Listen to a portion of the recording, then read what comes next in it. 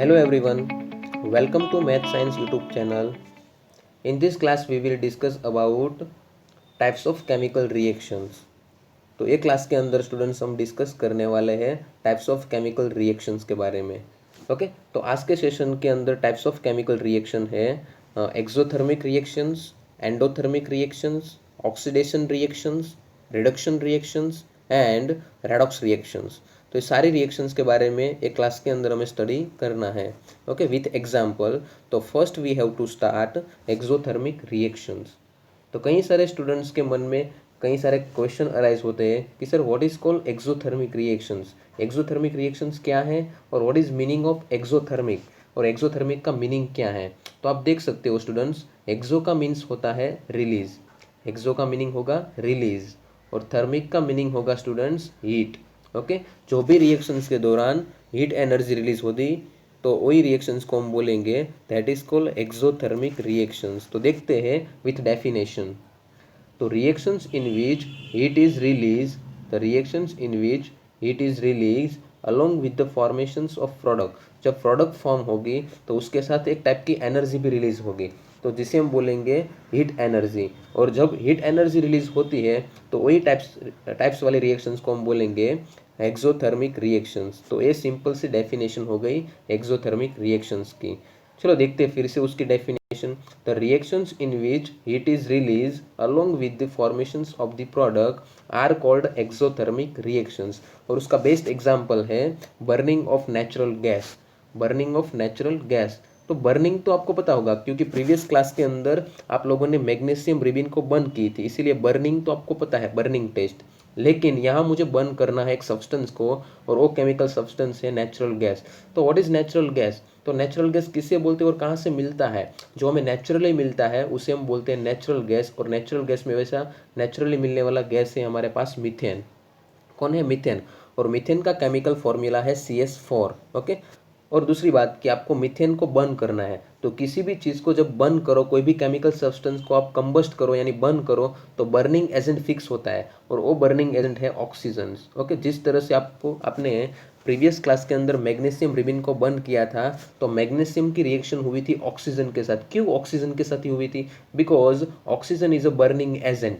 Oxygen burning agent है, इसीलिए उसकी रिएक्शन हमने मैग्नीशियम के साथ करवाई थी. तो यहाँ मुझे बर्न करना है नेचुरल गैस को. तो जैसे मैं नेचुरल गैस को बर्न करूँगा तो उसकी रिएक्शन होगी फिर से ऑक्सीजन के साथ, और हमें प्रोडक्ट मिलेगी कार्बन डाइऑक्साइड एंड वाटर. और उसके साथ एक प्रोडक्ट जब फॉर्म होगी तो उसके साथ एक एनर्जी रिलीज होगी, और वो एनर्जी होगी हीट एनर्जी. तो जब भी कोई रिएक्शंस के दौरान हीट एनर्जी रिलीज होती है तो ही वही रिएक्शन, तो वो रिएक्शंस को हम बोलते हैं एक्सोथर्मिक रिएक्शंस. ओके, तो ये रिएक्शंस के अंदर भी हमें after reactions heat energy release होती हुई दिखाई दे रही है. तो उसका मीनिंग वो है कि ये रिएक्शंस को हम बोलेंगे that is called exothermic reactions. तो एक्सोथर्मिक रिएक्शंस की पॉइंट भी है हमारे पास. तो उसका की पॉइंट है कि heat is release in the process. ये प्रोसेस के अंदर हीट रिलीज होती है. जब भी कोई प्रोसेस के अंदर हीट रिलीज होती है तो आपको समझना है कि वो रिएक्शंस एक्सोथर्मिक रिएक्शंस है.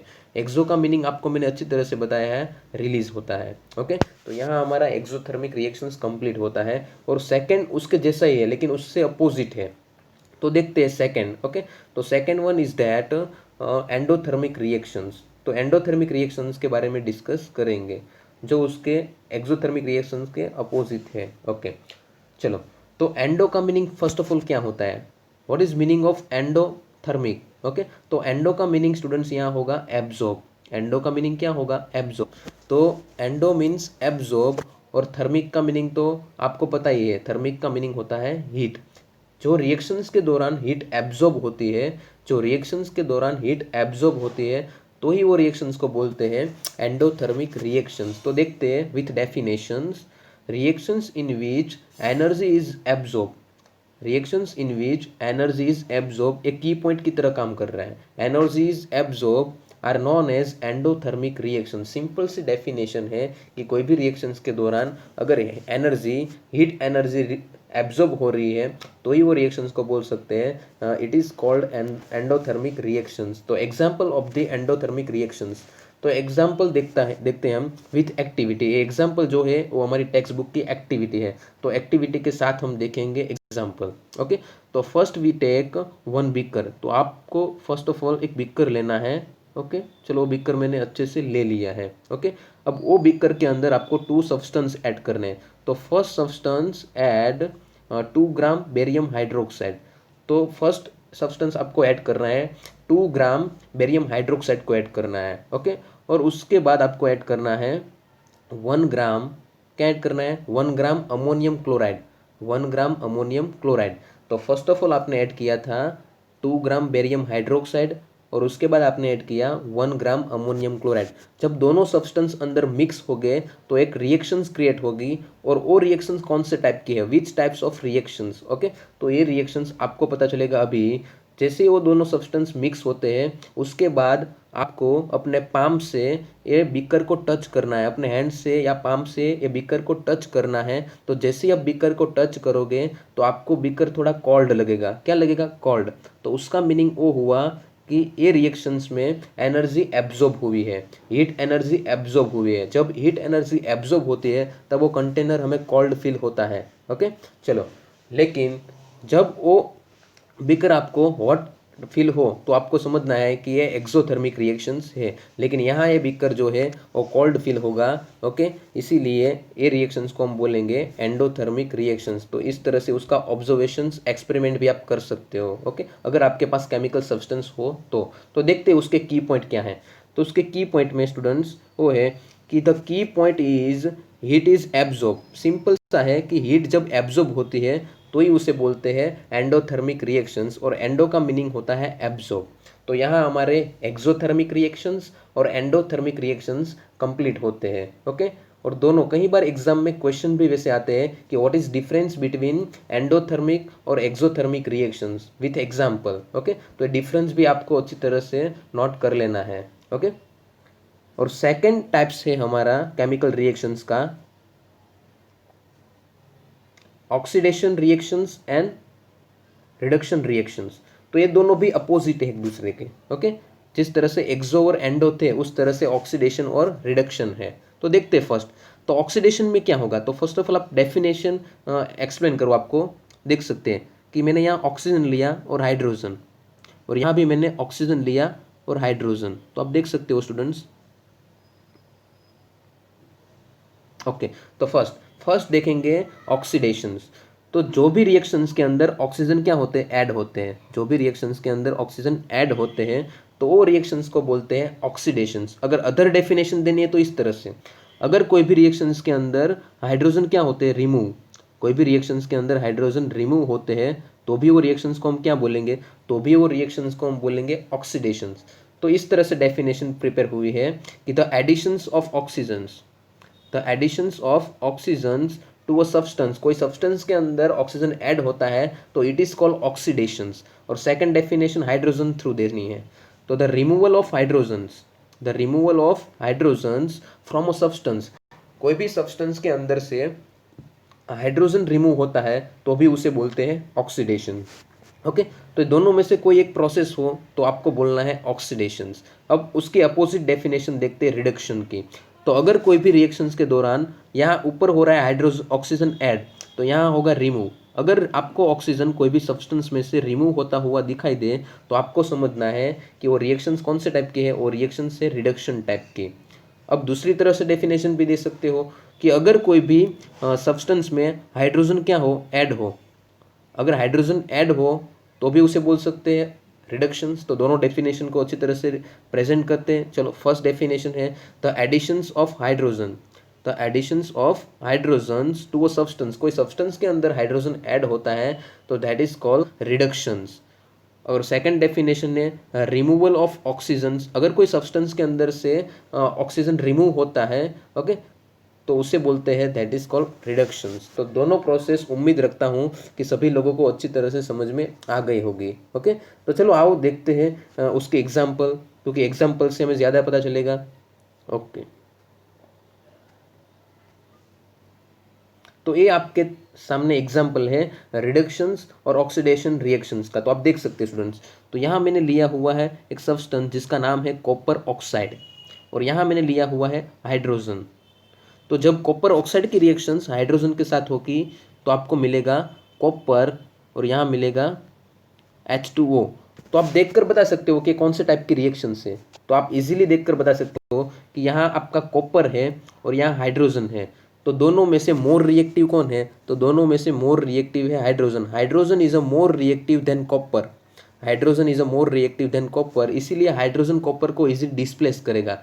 तो कॉपर को डिस्प्लेस कर दिया और यहाँ बन गया H2O। तो आप बोल सकते हो कि this reactions single displacement reactions, एक टाइप के सिंगल डिस्प्लेसमेंट रिएक्शंस भी हैं और दूसरी भी टाइप्स है उसके, देखते हैं जरा। ओके चलो, तो यहाँ आपको क्या हो रहा है कि बिफोर रिएक्शंस कॉपर ऑक्साइड है, बिफोर रिएक्शन क्या है? Copper oxide.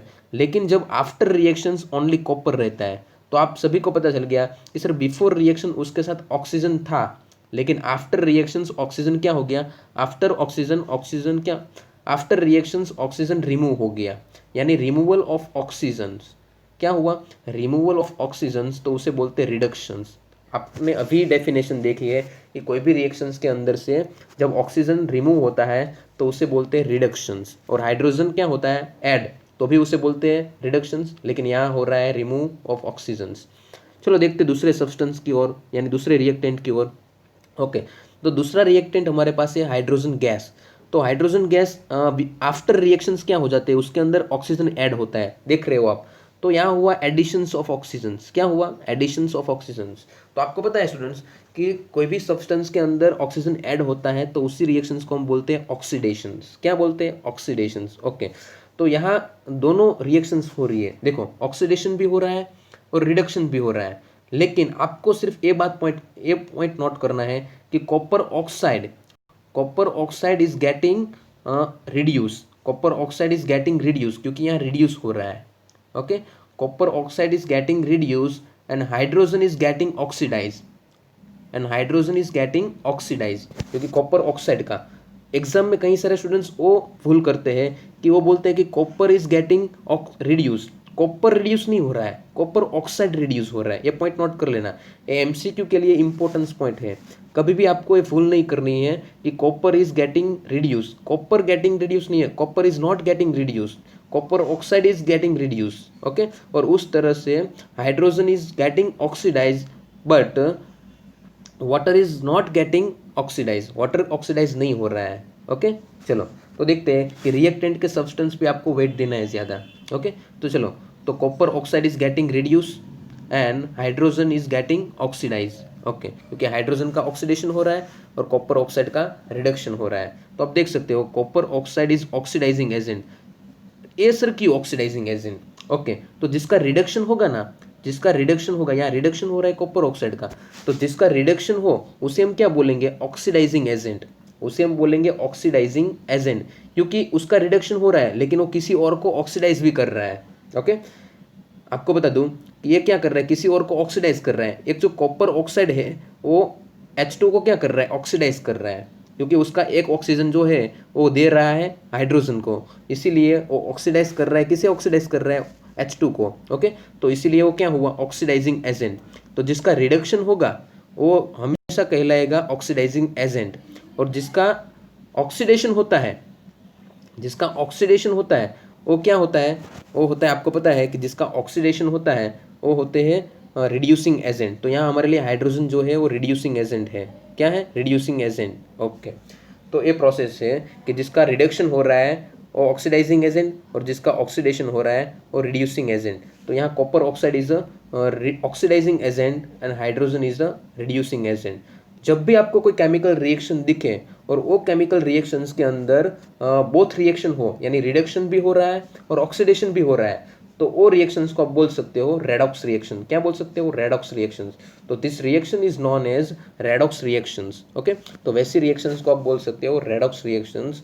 तो उम्मीद रखता हूँ स्टूडेंट्स कि आप लोगों को endothermic reactions, exothermic reactions, oxidation reactions and reduction reactions और रेडॉक्स रिएक्शंस, ये सारे रिएक्शंस विथ एग्जांपल अच्छी तरह से आपको याद रह गई है और समझ में भी आ गई होगी। ओके, तो यहाँ हमारे सेशन को फिनिश करते हैं। Thank you very much watching this video.